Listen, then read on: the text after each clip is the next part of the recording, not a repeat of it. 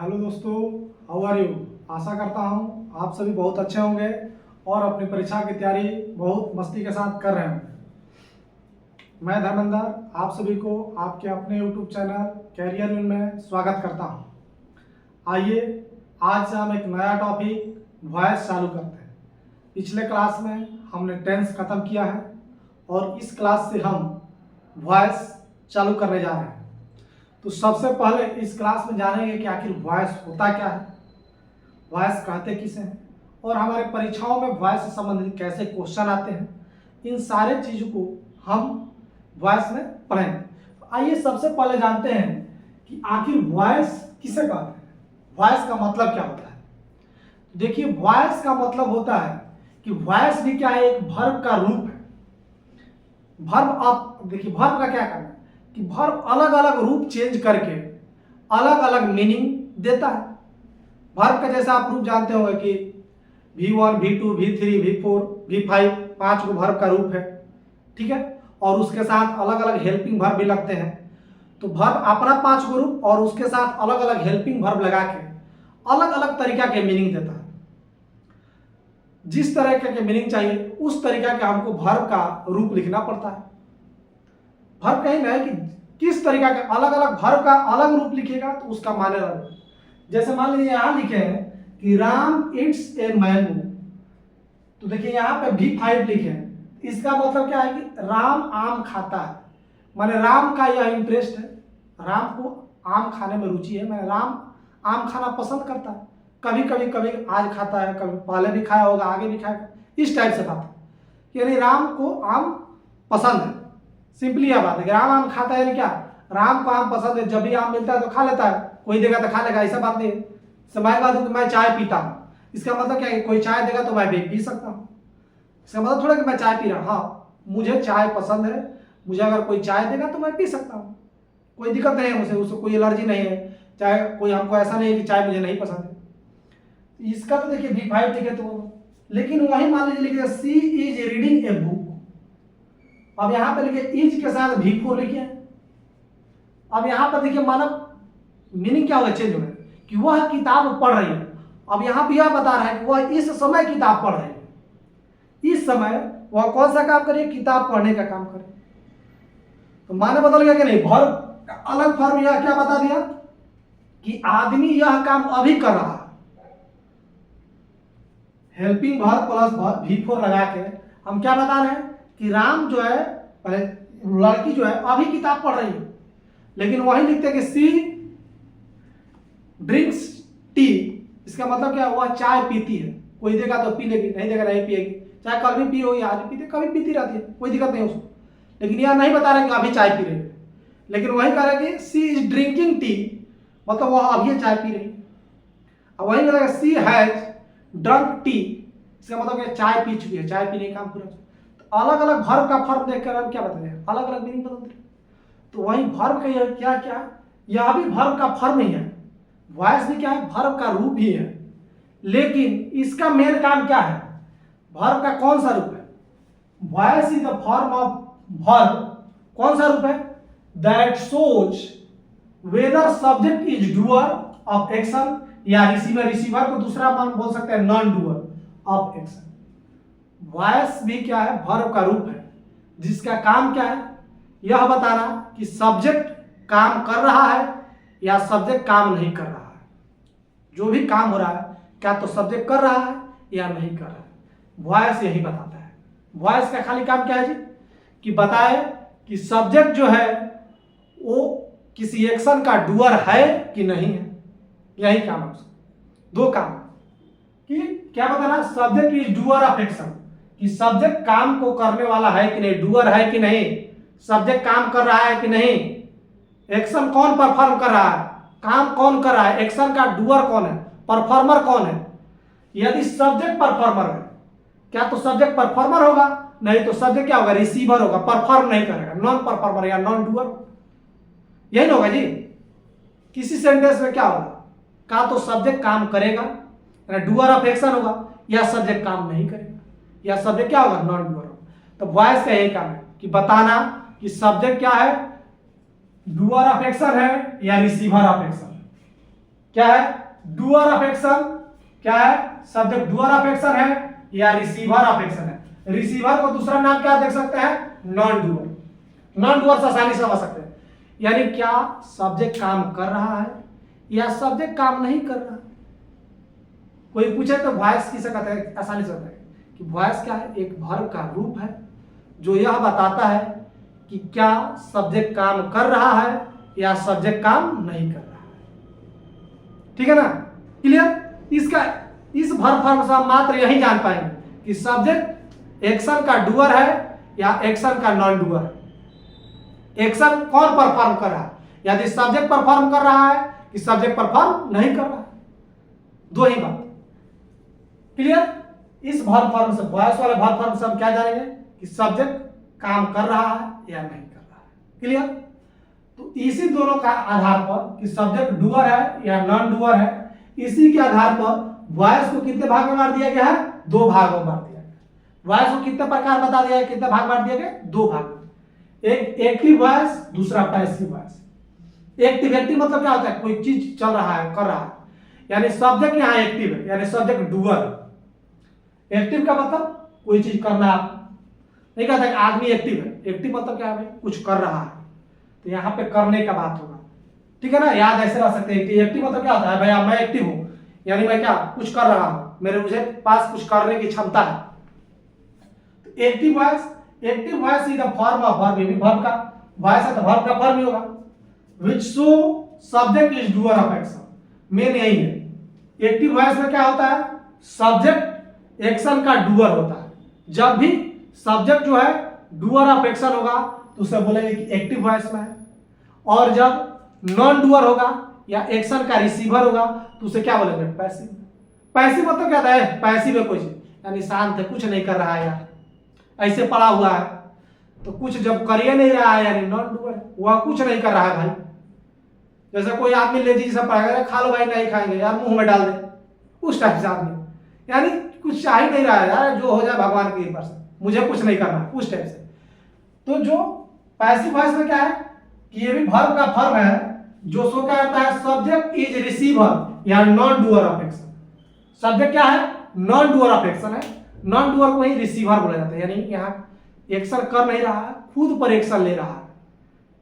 ठीक है ना, एक्शन खुद पे आ रहा है, यानी इसी पर एक्शन हो रहा है।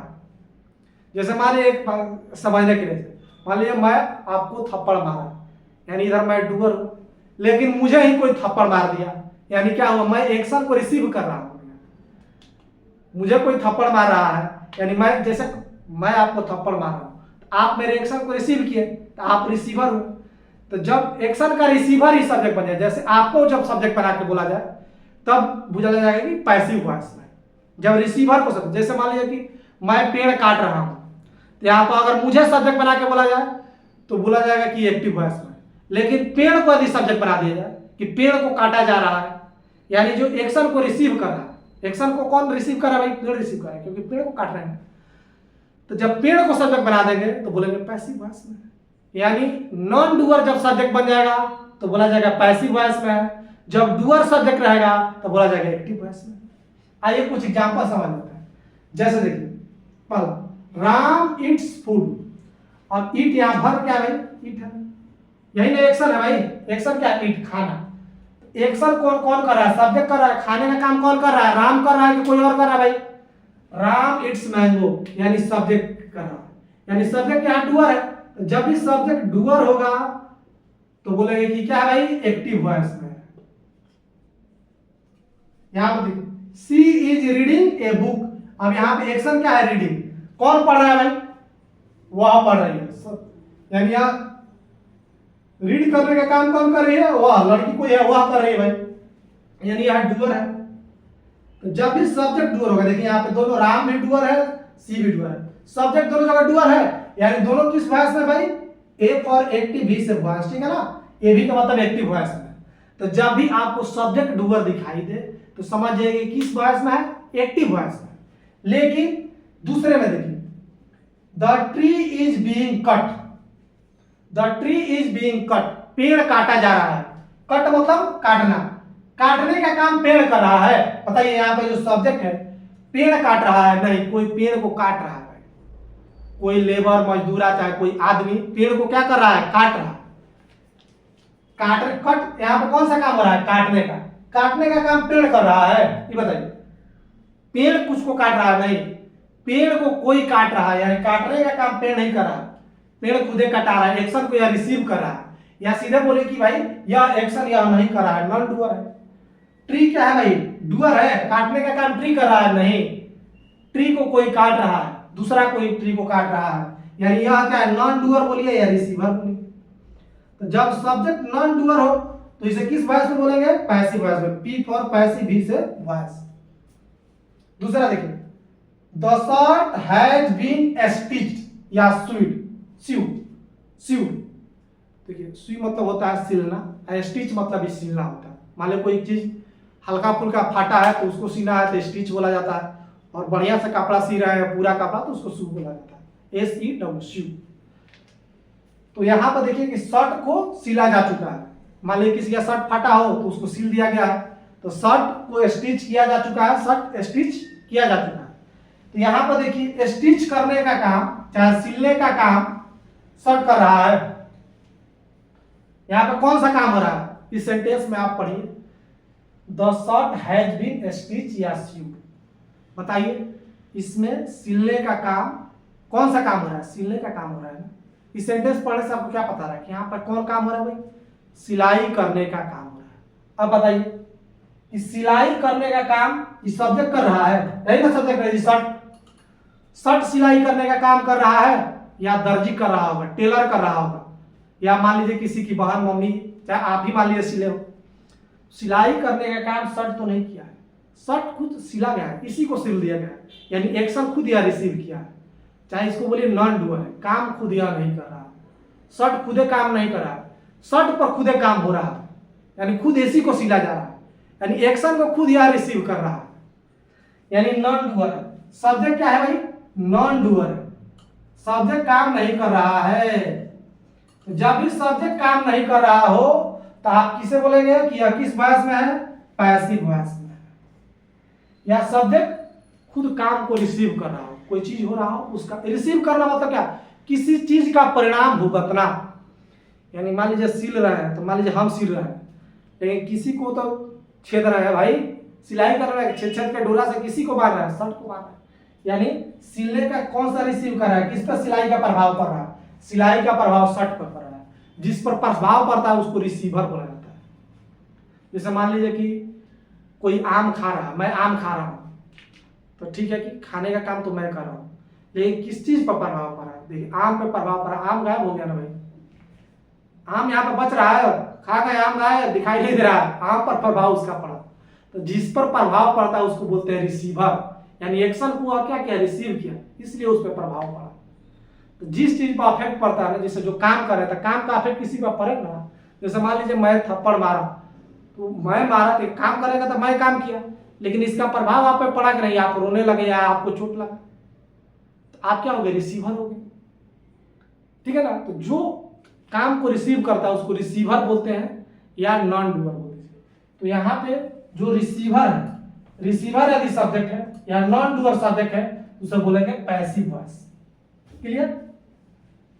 तो दोनों जान गए कि वॉइस किसे कहते हैं। तो वॉइस अगर पूछे तो वॉइस क्या है, एक वर्ब का रूप है जो यह बताता है कि सब्जेक्ट एक्शन का डूअर है या नॉन डूअर है, या नॉन डूअर को दूसरा भाषा बोल सकते हैं रिसीवर है।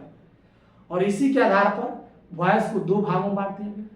एक्टिव वॉइस, एक्टिव वॉइस में क्या होता है, सब्जेक्ट एक्शन का डूअर होता है, यानी सब्जेक्ट काम करता है। दूसरा पैसिव वॉइस, पैसिव वॉइस में सब्जेक्ट काम नहीं करता है बल्कि यह एक्शन को खुद रिसीव करता है, ठीक है ना। तो यह बोल सकते हैं जिसमें सब्जेक्ट क्या हो, नॉन डूअर हो, या सब्जेक्ट रिसीवर ऑफ एक्शन क्या हो, एक्शन को खुद क्या करता हो, रिसीव करता हो। क्लियर। तो यह हमारा परिभाषा सेक्शन जान गए, छोटा चीज की वॉइस है क्या और वॉइस के दोनों प्रकार का मतलब क्या है। अब आइए यहाँ से परीक्षा वाले काम चालू करते हैं। क्लियर, इसको आप नोट कर लीजिए। आइए अब यहाँ से काम का चीज हम जानते हैं कि हमारे परीक्षा में अक्सर वॉइस का चेंज से प्रश्न आता है कि एक्टिव वॉइस में दिया रहेगा पैसिव वॉइस बदलना है, पैसिव में दिया रहेगा एक्टिव बदलना है। तो यहाँ से क्वेश्चन आपके परीक्षा में हर हाल में देखने को मिलते हैं। चेंज ऑफ वॉइस, ट्रांसफॉर्मेशन या चेंज ऑफ वॉइस।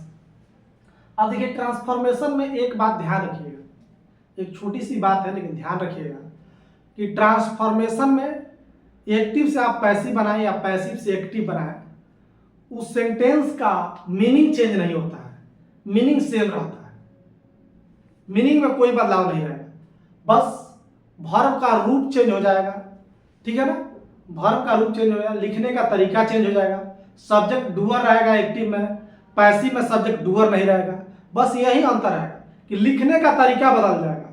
सब्जेक्ट जहां एक्टिव में डूअर आता है, पैसिव में वहां सब्जेक्ट डूअर नहीं रहेगा, नॉन डूअर बन जाएगा, यही बदलाव होता है। यानी लिखने का तरीका चेंज होता है, मीनिंग में कोई अंतर नहीं होता है, यह बात ध्यान रखिएगा। कहीं भी आप एक वॉइस से दूसरे वॉइस बदल रहे हैं और यदि मीनिंग चेंज हो जा रहा है तो समझ जाइए कि गलती बना रहे हैं, आप सही नहीं बना रहे हैं। सही बनाने का मतलब यही है कि मीनिंग ज्यों का त्यों रहना चाहिए, मीनिंग में कोई बदलाव नहीं होना चाहिए। सेंटेंस का स्ट्रक्चर बदल जाएगा, वर्ब का रूप बदल जाएगा, लेकिन मीनिंग नहीं बदलता है। तो आप आगे नरेशन भी पढ़िएगा, जहां डायरेक्ट से इनडायरेक्ट नरेशन बनाइएगा, जहां इनडायरेक्ट से डायरेक्ट बनाइएगा। तो नरेशन भी क्या है, ट्रांसफॉर्मेशन है। तो वहां पर भी आप देख रहे होंगे, देखिएगा कि कहने का केवल तरीका बदल रहा है, मीनिंग नहीं बदलेगा। मीनिंग बदल गया, खेल खत्म हो जाएगा, गलती हो जाएगा, मीनिंग हर हाल में नहीं बदलेगा। तो जहां भी आप ट्रांसफॉर्मेशन पढ़िएगा, चाहे डिग्री में भी पढ़िएगा कि पॉजिटिव डिग्री से कंपैरेटिव डिग्री, कंपैरेटिव से सुपरलेटिव या सुपरलेटिव से पॉजिटिव कंपैरेटिव, ऐसे तीनों आपस में इंटरचेंज होते हैं। तो वहां भी क्या है, ट्रांसफॉर्मेशन है। तो वहां पर भी मीनिंग नहीं बदलेगा, मीनिंग, क्योंकि वो भी ट्रांसफॉर्मेशन है, रूप हम चेंज कर रहे हैं, मीनिंग नहीं बदलेगा। यदि मीनिंग बदल गया तो गलती है। चाहे आप एक रिमूव टू भी पढ़िएगा ट्रांसफॉर्मेशन में, जहां TOO वाला टू हटाना, ठीक है, तो वो भी हटाने वाला रिमूव टू जब पढ़िएगा तो वहां पर भी आप जब चेंज कीजिएगा वहां पर भी मीनिंग नहीं बदलेगा। तो जो ये 4-5 आप ट्रांसफॉर्मेशन पढ़ते हैं, चेंज पढ़ते हैं, ये क्या है कि इसका केवल रूप बदलता है, इसमें मीनिंग नहीं बदलता है। आप वॉइस पढ़े, नरेशन पढ़े, रिमूव टू पढ़े, चेंज ऑफ डिग्री पढ़े, इसमें एक रूप से दूसरे रूप में जाएगा, मीनिंग ज्यों का त्यों रहेगा। तो यह बात ध्यान रखना है। छोटी सी बात है कि वॉइस में या नरेशन में या डिग्री में या रिमूव टू में, ये सारे ट्रांसफॉर्मेशन है। ट्रांसफॉर्मेशन में केवल रूप बदलता है, लिखने का तरीका बदल जाता है, मायने नहीं बदलता है, मीनिंग नहीं बदलता है। मीनिंग बदल गया यानी आप गलती बनाए हैं, ठीक है। तो पहला यह छोटा सा बात है, ध्यान रखिएगा। अब आइए यहां से जानते हैं आपके परीक्षा में आने वाला चीज ट्रांसफॉर्मेशन। तो पहला हम पढ़ेंगे प्रेजेंट इंडिफरेंट टेंस के स्ट्रक्चर से। तो टेंस में तो आप पढ़ चुके हैं कि प्रेजेंट इंडिफरेंट टेंस का सेंटेंस का स्ट्रक्चर क्या होता है, सब्जेक्ट प्लस V1 या V5 प्लस सब्जेक्ट ही होता है। जो आप टेंस में पढ़े ना वो सारे एक्टिव वाले ही पढ़ाएंगे, वहां पैसिव कोई नहीं पढ़ाएगा, वहां सारे एक्टिव वाले। उसमें हर एक में आप देख रहे होंगे कि सब्जेक्ट क्या है, डूअर है। जैसे राम इट्स मैंगो, राम आम खाता है, यानी खाने का काम कौन कर रहा है, राम ने कर रहा है, सब्जेक्ट कर रहा है कि नहीं। तो जितने आप टेंस में पढ़े हैं उस सारे में आप क्या पढ़े हैं कि सब्जेक्ट क्या रहा है, आपका डूअर है। तो इसलिए जब भी हम वहां का स्ट्रक्चर लिख रहे हैं तो एक्टिव वॉइस में लिख रहे हैं। किस वॉइस में लिख रहे हैं, एक्टिव वॉइस में लिख रहे हैं। क्यों लिख रहे हैं, क्योंकि जितना हम अभी टेंस में पढ़े हैं वो सारे में क्या थे, सब्जेक्ट क्या था, डूअर था। तो जो में जिसमें सब्जेक्ट डूअर है वो क्या है, एक्टिव वॉइस में। तो टेंस वाला जो एक्टिव वॉइस का रूल था वो क्या था भाई, प्रेजेंट इंडिफरेंट का सब्जेक्ट प्लस V1 या V5 प्लस ऑब्जेक्ट। अब जब इस टाइप वाला प्रेजेंट इंडिफरेंट टेंस का स्ट्रक्चर है तो उसका पैसिव बनाने का नियम क्या है। एक दो बात हर एक जगह पैसिव में कॉमन होता है, उसको पहले जाने कि जो ऑब्जेक्ट होता है, यहाँ पर का जो ऑब्जेक्ट होता है इसका सब्जेक्ट बन जाता है, इधर आ जाता है, यानी सब्जेक्ट के स्थान पर आ जाता है, ठीक है ना। इधर वाला ऑब्जेक्ट जो होगा, एक्टिव का ऑब्जेक्ट जो होगा, पैसिव का क्या बन जाएगा, सब्जेक्ट बन जाएगा। ये जो ओ है ओ फॉर ऑब्जेक्ट, ठीक है ना। पैसिव एक्टिव का जो ऑब्जेक्ट है वो पैसिव का क्या बन जाएगा भाई, सब्जेक्ट बन जाएगा, ठीक है ना। और जो इसका सब्जेक्ट है, एक्टिव का जो सब्जेक्ट है वो पैसिव का क्या बन जाएगा, ऑब्जेक्ट बन जाएगा। क्लियर, ये हर एक जगह आएगा। जितना भी आज पढ़ेगा तो ये आज का मंत्र याद रखिए कि एक्टिव से पैसिव जब बनाते हैं तो एक्टिव का जो सब्जेक्ट होता है वो पैसिव का क्या बन जाता है, ऑब्जेक्ट बन जाता है। कोना कोनी भाई, इधर का उधर, उधर का इधर, ऐसे वाला धंधा, इधर वाला उधर चला जाएगा, उधर वाला इधर आ जाएगा। यानी एक्टिव का जो ऑब्जेक्ट है वो पैसिव का क्या बन जाएगा, सब्जेक्ट बन जाएगा। जो एक्टिव का सब्जेक्ट है वो पैसिव का क्या बन जाएगा, ऑब्जेक्ट बन जाएगा। क्लियर? पहला बात हर एक जगह यही होगा, जितना आप वॉइस पढ़िएगा उसमें सब जगह यह कॉमन बात है कि जो एक्टिव का सब्जेक्ट होता है वो पैसिव का ऑब्जेक्ट बन जाता है, जो एक्टिव का ऑब्जेक्ट होता है वो पैसिव का सब्जेक्ट बन जाता है। क्लियर? तो पहला देखिए, एक्टिव से पैसिव में चेंज करने का तरीका क्या है कि एक्टिव का जो ऑब्जेक्ट है उसे पैसिव का सब्जेक्ट बना दीजिए, और जो एक्टिव का सब्जेक्ट है उसे पैसिव का क्या बना देना है, ऑब्जेक्ट बना देना है। उसके बाद यहां पर कोई हेल्पिंग वर्ब नहीं है, यह मंत्र है, एकदम मंत्र याद रखिएगा। यहां जहां आपको कोई यहां पे हेल्पिंग वर्ब नहीं दिखाई दे रहा है, नहीं दिखाई दे रहा है, तो प्रेजेंट का बात है। तो प्रेजेंट का आप हेल्पिंग वर्ब क्या जानते हैं, प्रेजेंट का सबसे मशहूर हेल्पिंग वर्ब क्या है भाई, इज, एम, आर। आप हमेशा पढ़े होंगे कि इज, एम, आर क्या है, प्रेजेंट का हेल्प, मुझे कि मेन हेल्पिंग वर्ब यही है, और सब भी आते हैं, अभी आते हैं, ठीक है, लेकिन मेन इसका क्या है, सबसे प्रसिद्ध हेल्पिंग वर्ब प्रेजेंट का क्या है, इज, एम, आर है। तो यहाँ पे क्या लगा देना है, इज, एम, आर। कोई हेल्पिंग वर्ब नहीं है, इज, एम, आर। लेकिन यदि कोई हेल्पिंग वर्ब रहता तो वही हेल्पिंग वर्ब लिखते हैं। अगर कोई यहाँ पे हेल्पिंग वर्ब होता है, चाहे कोई भी, विल, सैड, कुछ भी रहता, जो रहता, इज, एम, आर, चाहे वाज, वर, जो भी रहता, अगर जो हेल्पिंग वर्ब रहता उसी हेल्पिंग वर्ब को लिखते हैं, ठीक है। लेकिन नहीं है तो क्या लग गया, इज, एम, आर। प्रेजेंट का है, इज, एम, आर लगा, ठीक है। तो इसका क्या, ऑब्जेक्ट को सब्जेक्ट बना देना है, उसके बाद हेल्पिंग वर्ब लिखना है, ठीक है। और यह बात देखिए कॉमन है हर एक जगह, पैसिव में कहीं पैसिव वॉइस बनाइएगा हमेशा वर्ब का थर्ड ही फॉर्म लिखा रहेगा। कौन सा फॉर्म लिखा रहेगा, थर्ड फॉर्म। तो यह एकदम कॉमन है कि देखिए इसमें हमेशा वर्ब का तीसरा रूप लगता है, ऑब्जेक्ट को सब्जेक्ट बनाया जाता है, सब्जेक्ट को ऑब्जेक्ट बनाया जाता है। तीन बात याद रखिएगा हमेशा। पहला, एक्टिव के ऑब्जेक्ट को पैसिव का सब्जेक्ट बना देना है, और पैसिव एक्टिव के सब्जेक्ट को पैसिव का ऑब्जेक्ट बना देना है। वर्ब का हमेशा कौन सा रूप लिखना है, पैसिव में थर्ड रूप लिखना है। और दूसरा बात, दो बात हो गया, और तीसरा बात, जो हेल्पिंग वर्ब रहेगा, जो यहाँ हेल्पिंग रहेगा वही लिखेंगे। यदि यहाँ नहीं था तो प्रेजेंट का बात था, इसलिए इज, एम, आर लिख दिया। प्रेजेंट का एक हेल्पिंग वर्ब क्या है, इज, एम, आर। तो आप यहाँ क्लियर हो गया, पैसिव का रूल यहाँ पे याद हो गया। प्रेजेंट इंडेफिनिट का पैसिव का क्या रूल है, ऑब्जेक्ट, यानी ऑब्जेक्ट बन चुका है आप सब्जेक्ट, ठीक है। उसके बाद इज, एम, आर, उसके बाद वर्ब 3, उसके बाद इधर वाला सब्जेक्ट यानी इसका ऑब्जेक्ट, पैसिव का क्या, ऑब्जेक्ट। क्लियर? तो यह रूल याद हो गया। यह रूल ध्यान रखिएगा कि जब भी आपको प्रेजेंट इंडेफिनिट का एक्टिव का स्ट्रक्चर मिले तो पैसिव में बनाने का यही नियम है। कौन सा नियम है, यह नियम है। क्लियर? अब यह नियम है तो निगेटिव वर्ड तो बनाने आ जाएगा। निगेटिव वर्ड में कोई दिक्कत नहीं ना, हेल्पिंग वर्ब के बाद नॉट लगा के निगेटिव बनाते हैं। इंट्रोगेटिव बनाना है, हेल्पिंग वर्ब को पहले ला देते हैं, तो इसमें तो कोई झंझट नहीं है ना भाई। जब हम अफर्मेटिव सेंटेंस जान गए तो निगेटिव सेंटेंस बनाना और आसान है। निगेटिव में कुछ नहीं करना है, हेल्पिंग वर्ब के बाद नॉट लगा देना है। इंट्रोगेटिव बनाना में क्या करना है, हेल्पिंग वर्ब को उठा के खाली सब्जेक्ट के पहले लिखते हैं। आइए कुछ एग्जांपल से देखते हैं। देखिए, Ram it's a mango, Ram आम खाता है। ये एक्टिव में लिखा है भाई, कैसे आपको समझ में आ रहा है कि एक्टिव में लिखा है। इट क्या है, यहाँ पे कौन सा काम हो रहा है, खाने का काम। खाने का काम कौन कर रहा है, राम कर रहा है, जो कि क्या है, सब्जेक्ट है। यहाँ पे राम क्या है, सब्जेक्ट है, और यही क्या कर रहा है, खाने का काम कर रहा है। राम डूअर है ना भाई, तो राम डूअर है यानी एक्टिव वॉइस में लिखा गया। अब इसको आपको पैसिव बदलना है, तो क्या करना है, एकदम सिंपल रूल है कि प्रेजेंट इंडेफिनिट को पैसिव बदलने का क्या सिंपल रूल है भाई, पहले ऑब्जेक्ट को तो सब्जेक्ट बनाइए। ए मैंगो पहले आ जाएगा, यहाँ पे क्या लिखेंगे, ए मैंगो, ऑब्जेक्ट यही ना जी, ए मैंगो पहले लिखिए, ए मैंगो। उसके बाद helping verb is, am, are. तो इसके साथ क्या लगेगा, मैंगो के साथ इज लगेगा कि आर लगेगा कि एम लगेगा। आप जानते हो कि आई के साथ एम लगता है, सिंगुलर के साथ इज लगता है, और प्लूरल के साथ आर लगता है। ए मैंगो क्या है, सिंगुलर है ना, भाई एक ही गुना है, क्या लगाएंगे, इज, ए मैंगो इज। उसके बाद क्या लिखना है, वर्ब का तीसरा रूप। ईट का तीसरा रूप क्या होता है, eaten, eat, ate, eaten. A mango is eaten. अब सॉरी यहाँ पे देखें बाई के बाद ऑब्जेक्ट लिखा जाता है, ठीक है ना।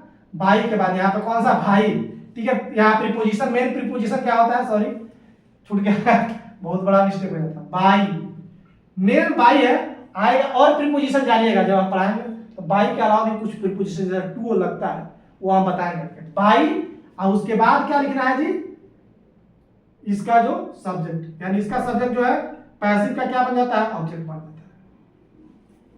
थोड़ा सा सॉरी फॉर इनकन्वीनियंस, उसको ध्यान रखिएगा कि यहाँ पे बाई लिखकर क्या लिखेंगे, पहले यहाँ पे बाई लिखेंगे और उसके बाद क्या लिखा जाता है, इसका सब्जेक्ट लिखा जाता है। क्या लिखा जाता है, सब्जेक्ट लिखा जाता है। तो यह सब्जेक्ट इधर क्या बन जाता है, ऑब्जेक्ट बन जाता है। क्लियर। तो थोड़ा बाकी यहाँ पर और प्रीपोजिशन आगे जानेगा कि दूसरा भी प्रीपोजिशन क्या आता है, सॉरी। तो ए मैंगो इज ईटेन, उसके बाद क्या वर्ब लिख दिया, उसके बाद क्या लिखेंगे, बाई लगाएंगे। क्या लगाएंगे, बाई, बाई। और उसके बाद इधर वाला जो है, इधर जो सब्जेक्ट है इधर जाके इधर लिखा जाता है, यानी इसका सब्जेक्ट इधर ऑब्जेक्ट बन जाएगा। यानी यहाँ पे राम है तो राम लिखते हैं। क्लियर। तो बन गया एक्टिव का पैसिव कैसे बन गया कि पहले इधर वाला ऑब्जेक्ट उठा के आगे लिखे, ए मैंगो, उसके बाद इज एम आर में से क्या लिखेंगे, मैंगो के लिए इज लगेगा। उसके बाद वर्ब थ्री, वर्ब थ्री, ईट का वर्ब थ्री क्या होता है, ईटेन। उसके बाद क्या लगाना है, प्रीपोजिशन बाई, मोस्टली बाई लगता है, बताएंगे एक्सेप्शन बताएंगे जहां बाई के अलावा दूसरा कुछ लगता है उसको बताया जाएगा, लेकिन जनरली क्या लगता है, बाई लगता है, बाई लगाइए। और उसके बाद इसका जो सब्जेक्ट है यहाँ पे चला जाता है, यानी ऑब्जेक्ट बन जाता है, राम को कहते हैं राम, यानी ए mango is eaten by Ram.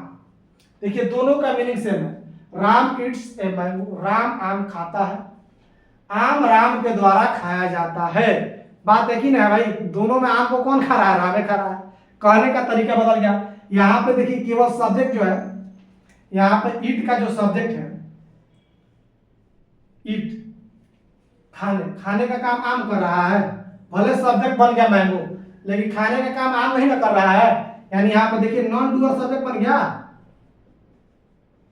Non doer या रिसीवर। खाने का रिसीवर कौन है, खाने का प्रभाव किस पर पड़ रहा है, मैंगो पर पड़ रहा है। यानी रिसीवर सब्जेक्ट जब बन जाए या नॉन डूअर सब्जेक्ट बन जाए तो उसको बोला जाता है पैसिव वॉइस। क्लियर। आइए जैसे दूसरा, दे डिस्ट्रीब्यूट फूड, इसका पैसिव अपनाइए। पहले तो देखिए किस टेंस में है, प्रेजेंट इंडेफिनिट है ना भाई, हाँ, subject plus V1 plus present indefinite का। प्रेजेंट इंडेफिनिट क्या चले, कैसे बनेगा, पहले तो सिंपल जो पहला एकदम कॉमन बात है कि इधर भी ऑब्जेक्ट उधार कर इधर सब्जेक्ट बनाएंगे। तो पहले फूड को पहले लाइए, फूड, फूड को पहले ला दिए। उसके बाद क्या, इज एम आर, फूड क्या है, अनकाउंटेबल है, ठीक है ना। फूड को थोड़ा भोजन को गिन पाते हैं आप, नहीं गिन पाते, अनकाउंटेबल के साथ क्या है, इज, फूड इज। उसके बाद क्या लिख रहा है, V3, डिस्ट्रीब्यूट, वर्ब क्या है, डिस्ट्रीब्यूट, डिस्ट्रीब्यूटेड। V3 क्या होगा, डिस्ट्रीब्यूट का, डिस्ट्रीब्यूटेड, डिस्ट्रीब्यूटेड। उसके बाद क्या लगाना है, बाई, क्या लगाइए, बाई। उसके बाद इधर का जो सब्जेक्ट है इधर क्या बन जाएगा, ऑब्जेक्ट बन जाएगा। तो दे ऑब्जेक्ट की जगह जाएगा ना, तो ऑब्जेक्ट के रूप में दे का दे थोड़ा लिखते हैं, ऑब्जेक्ट की जगह दे जब जाएगा तो क्या होता है, ऑब्जेक्ट फॉर्म में दे का देम होता है, तो यहाँ पे देम लिखेंगे। ऑब्जेक्ट के स्थान पर जा रहा है तो यानी ऑब्जेक्ट के स्थान पर यहाँ जा रहा है तो देम हो जाएगा। जो सब्जेक्ट के स्थान पर सब्जेक्ट वाला रूप लिखेंगे, ऑब्जेक्ट के स्थान पर ऑब्जेक्ट वाला रूप लिखेंगे। क्लियर। यहाँ भी नहीं कि दे उठा के चुपचाप दे मत लिख दीजिएगा, दे कहाँ जा रहा है, ऑब्जेक्ट के स्थान पर जा रहा है तो ऑब्जेक्ट वाला उसका रूप लिखिएगा। दे का ऑब्जेक्ट वाला रूप क्या होता है, देम होता है। जैसे मान लीजिए यहाँ पे मी रहता तो उठा के जब सब्जेक्ट बनाते हैं मी को तो मी नहीं लिखेंगे ना, सब्जेक्ट जब बना रहा है तो मी का जो सब्जेक्टिव फॉर्म होता है, सब्जेक्ट वाला मी का कौन फॉर्म होता है, आई होता है ना, आई मी, आई सब्जेक्ट होता है, मी उसका क्या होता है, ऑब्जेक्ट होता है। तो ऑब्जेक्ट वाला जब यहाँ पे मान लीजिए मी रहता, इधर सब्जेक्ट बनाते हैं तो मी के लिए मी नहीं लिख देंगे, मी के बाद क्या लिखना पड़ता, आई लिखना पड़ता। वहीं पे यहाँ पर दे क्या है, सब्जेक्ट है, इसको यहाँ पे ऑब्जेक्ट बना रहा है तो दे के बाद दे नहीं लिख देंगे, दे को क्या लिखना पड़ेगा, देम लिखना पड़ेगा। क्लियर। तो चेंज करना है कि आपको हर एक जगह यही रूल लगेगा कि सब्जेक्ट को ऑब्जेक्ट बनाना है, ऑब्जेक्ट को सब्जेक्ट बनाना है। क्लियर। और उसके बाद ये प्रेजेंट डिफिनिट वाला तो जान गए, सब्जेक्ट ऑब्जेक्ट एक कॉमन बात है। उसके बाद V3 भी कॉमन बात है, और बाई लिखना है, बाई के बाद ऑब्जेक्ट लिखना है। हर एक जगह बाई के बाद इसमें क्या लिखा जाएगा, ऑब्जेक्ट लिखा जाएगा। तो यह तो 3-4 बात कॉमन है कि सब्जेक्ट को ऑब्जेक्ट, ऑब्जेक्ट को सब्जेक्ट, V3 उसके बाद बाई और उसके बाद ऑब्जेक्ट। अब यहाँ हर एक जगह खेला इसी का है, हेल्पिंग वर्ब का खेला। बस यही याद रखना है हर एक जगह कि प्रेजेंट इंडेफिनिट में केवल हेल्पिंग वर्ब क्या है, इज एम आर। कंटीन्यूअस में क्या होगा वो आ जाएंगे आगे। तो हेल्पिंग वर्ब का ही सारा खेला है। ये तो कॉमन है, ये चारों सब कॉमन है, ये कॉमन है, यह बात ध्यान रखिएगा। ऑब्जेक्ट सब्जेक्ट बनेगा, सब्जेक्ट ऑब्जेक्ट बनेगा। बाई भी मोस्टली कॉमन आता है, यहाँ पे कुछ एक्सेप्शन हम जानेंगे। V3 हमेशा एकदम फिक्स है, ठीक है। सारा इसी में खेला है, जो ही खेल रहे हैं इसी पर सारा खेला है। इसी को समझना है कि प्रेजेंट इंडेफिनिट में तो इज एम आर लग गया, कंटीन्यूअस में क्या लगेगा, आगे क्या लगेगा, तो उसको केवल समझना है। इतना बात तो कॉमन है, इसी को केवल याद रखना, वो भी याद हो जाएगा, बहुत आसानी से याद है। 1-2 बार पढ़िएगा एकदम आसानी से याद हो जाएगा। क्लियर। तो प्रेजेंट इंडेफिनिट का चेंज का रूल जान गए। आइए अगला जानते हैं। आइए दूसरा, प्रेजेंट कंटीन्यूअस टेंस का जो एक्टिव है उसको पैसिव में कैसे बदलेंगे। तो प्रेजेंट कंटीन्यूअस टेंस का एक्टिव का क्या रूल आप पढ़े टेंस में, subject plus is am are plus V4 plus object, यही ना पढ़े, क्या पढ़ा कि नहीं, याद है आपको। टेंस का क्या रूल है, subject plus is am are plus V4 plus object, यही ना प्रेजेंट कंटीन्यूअस टेंस का। और देखिए अब जब इसका आप पैसिव बनाइए तब क्या रूल होता है। तो पहला तो जनरल आप बात याद कीजिए कि जब भी पैसिव बनाते हैं तो क्या करते हैं, इधर वाले ऑब्जेक्ट को उठा के एक्टिव वाले ऑब्जेक्ट को पैसिव का क्या बना देंगे, सब्जेक्ट बना देंगे, ठीक है। और इसके सब्जेक्ट के एक्टिव के सब्जेक्ट को उठाकर क्या बना देंगे, पैसिव का ऑब्जेक्ट बना देंगे। यह जनरल बात हर एक जगह याद रहेगा, ठीक है। पहला ये बात। दूसरा बात बताए थे कि जो भी हेल्पिंग वर्ब रहेगा वही हेल्पिंग वर्ब उतर जाता है, इतना बात ध्यान रखिएगा। जो हेल्पिंग रहेगा वही हेल्पिंग वर्ब उतरेगा, नहीं रहेगा तब तो याद रखना पड़ेगा कि इसमें क्या रखता है। कि जैसे प्रेजेंट इंडेफिनिट टेंस में हेल्पिंग वर्ब नहीं था तो वहां पे इज एम आर लगा, यहाँ पे is am are helping verb है तो वही हेल्पिंग वर्ब रहेगा। अब यहाँ पे याद रखने वाली बात क्या है कि जो कंटीन्यूअस वाले टेंस है ना, जो कंटीन्यूअस वाले हैं, तो कंटीन्यूअस में क्या लगता है, बीइंग लगता है। हेल्पिंग वर्ब के बाद क्या लगाना है, बीइंग। कंटीन्यूअस में हेल्पिंग वर्ब के बाद क्या लगाना है, बीइंग लगाना है। क्या लगाना है, बीइंग। तो एक बात यही याद रखना है, क्या लगाना है, बीइंग लगाना है। उसके बाद वर्ब का तो आप जानते हैं कि पैसिव वॉइस में वर्ब का हमेशा कौन सा फॉर्म लगता है, वर्ब 3, तो V3 ही रहेगा। और यहाँ पे जो ऑब्जेक्ट बना है उसके पहले पैसिव में क्या लगाते हैं, बाई लगाते हैं। तो इतना बात देखिए, कॉमन बात क्या है कि ऑब्जेक्ट को सब्जेक्ट, सब्जेक्ट को ऑब्जेक्ट बनाएंगे लेकिन उसके पहले क्या लगाएंगे, बाई लगाएंगे। तो यह तो हर एक जगह कॉमन बात होगी। दूसरा, हेल्पिंग वर्ब जो भी रहेगा उसको जेव करते हैं, उतार देते हैं, तो ये भी कॉमन बात होगी। कंटीन्यूअस में क्या याद रखना है कि हेल्पिंग वर्ब के बाद क्या लगता है, बीइंग लगता है, यही याद रखना है। क्या लगता है, बीइंग लगाना है। उसके बाद वर्ब लिखा जाता है तो पैसिव में वर्ब का हमेशा कौन सा फॉर्म लिखा जाएगा, V3, ये भी कॉमन बात। क्लियर। तो कितना आसान है कि एक जगह आप बात जानेंगे कि ऑब्जेक्ट को सब्जेक्ट, सब्जेक्ट को ऑब्जेक्ट बनाना है, उसके बाद जो हेल्पिंग वर्ब वहीं उतारना है। कंटीन्यूअस प्रेजेंट कंटीन्यूअस टेंस में जब भी जो यहाँ कंटीन्यूअस देगा, पास्ट कंटीन्यूअस में भी देखेंगे कि बीइंग लगा देना है, बीइंग लगा देना है। उसके बाद वर्ब का हमेशा कौन सा फॉर्म लिखना है, थर्ड फॉर्म। और इधर जो ऑब्जेक्ट बना है उसके पहले क्या रहेगा, जनरली बाई लगता है। कुछ अपवाद बताएंगे, ठीक है, वहां आप जानिएगा आगे आप बात, लेकिन जनरली क्या लगता है, बाई लगता है, यही रूल है इसका। आइए कुछ इस पर एग्जांपल देखते हैं। जैसे C is playing cricket, C is playing cricket, तो इसके लिए क्या एक्टिव वॉइस में लिखा गया है ना। क्यों एक्टिव वॉइस में लिखा गया है, क्योंकि प्ले करने का काम सब्जेक्ट कर रहा है ना, सी इज प्लेइंग क्रिकेट। कौन क्रिकेट खेल रही है, सी, यानी सब्जेक्ट खेल रहा है, यानी खेलने का काम क्या कर रहा है, सब्जेक्ट कर रहा है ना, डूअर है।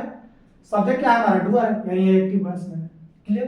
तो एक्टिव वॉइस में दिया आपको पैसिव बताना है, तो क्या करना है, ऑब्जेक्ट को उठा के क्या बनाना है, सब्जेक्ट बनाना है। तो क्रिकेट को इधर उठा कर लाइए, तो क्रिकेट को क्या लिखेंगे, क्रिकेट ही लिखेंगे, तो क्रिकेट, क्रिकेट। उसके बाद क्या लिखना है, helping verb is am are.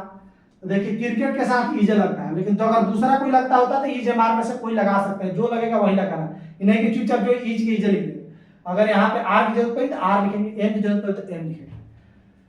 तो क्रिकेट, उसके बाद क्या लिखेंगे, हेल्पिंग वर्ब इज। उसके बाद इसमें क्या कंटिन्यूअस में क्या लगता है, बीइंग लगता है, तो क्या लगाना है, बीइंग। उसके बाद क्या लिखना है, वर्ब का तीसरा रूप, तो प्ले का तीसरा रूप क्या होगा, प्लेड। उसके बाद क्या लगाना है, बाई। तब इधर के क्या सब्जेक्ट उठा के इधर क्या बना देना है, ऑब्जेक्ट बना देना है। अब सी को उठा के जब ऑब्जेक्ट बनाइएगा तो सी को सी मत लिखिएगा, ऑब्जेक्ट वाला रूप लिखेगा ना। तो सी का ऑब्जेक्ट वाला रूप क्या होता है, हर होता है। तो क्या लिखेंगे यहाँ पे, हर, यानी कि सी का सी मत उठा के लिख दीजिएगा। ध्यान रखिएगा जब ऑब्जेक्ट बना रहे हैं तो ऑब्जेक्ट वाला रूप लिखिए, सब्जेक्ट बनाएंगे तो सब्जेक्ट वाला रूप लिखेंगे। क्लियर? कितना सारा दूसरा देखिए, आई एम बीटिंग हिम, मैं उसे पीट रहा हूं। अब देखिए इसको बनाना है एक्टिव में, पैसिव बनाना है, तो किधर इसको ऑब्जेक्ट को उठा के सब्जेक्ट बनाना है। तो इन्हें उठा के हिम का हिम में मत लिख दीजिएगा। अब यहाँ पे ऑब्जेक्ट उठा के सब्जेक्ट जब बना रहा है तो हिम जो है, हिम का सब्जेक्ट वाला रूप में लिखिए। हिम का सब्जेक्ट वाला रूप क्या होता है, ही होता है ना। ही सब्जेक्टिव फॉर्म होता है, उसका ऑब्जेक्टिव फॉर्म क्या होता है, हिम होता है। तो यहाँ पे क्या लिखेंगे, ही लिखना पड़ेगा, यह बात ध्यान रखिए, ही। ठीक है, तो लिख दिए, सब्जेक्ट बना दिए, हिम को उठा के यहाँ पर सब्जेक्ट बना दिए, ही लिख दिए। उसके बाद helping verb is, am are, तो यहाँ पे एम देखिए मत उधार देगा, ही है, ही के साथ क्या लगता है, इज लगता है, इज लिखिए, इज। उसके बाद क्या लिखना है, बीइंग लगाना है, तो बीइंग लगाइए। ठीक है, उसके बाद क्या लिखना है, वर्ब का तीसरा रूप, तो बीट का तीसरा रूप क्या होता है, बीट, बेट, बीटेड, बीटेड। उसके बाद क्या लगाना है, बाई, और उसके बाद किधर सब्जेक्ट को यहाँ पे क्या बनाना है, ऑब्जेक्ट। अब आई को उठा के आई मत लिख दीजिएगा, यहाँ पे ऑब्जेक्ट का स्थान पर लिख रहा है ना, ऑब्जेक्ट का स्थान पर, तो ऑब्जेक्ट का जगह स्थान पर लिख रहे हैं तो क्या लिखेगा, मी। क्लियर? यह जाएंगे। तो हमारा आज 2 खत्म हो गया। आज हमने क्या पढ़ा कि पूरे वॉइस किसे कहते हैं, एक्टिव वॉइस, पैसिव वॉइस जाना, और 2 हम जान गए कि प्रेजेंट इंडेफिनिट टेंस का कैसे पैसिव बनाएंगे और प्रेजेंट कंटीन्यूअस टेंस का कैसे पैसिव बनाएंगे। अगले क्लास में प्रेजेंट परफेक्ट और आगे जानेंगे।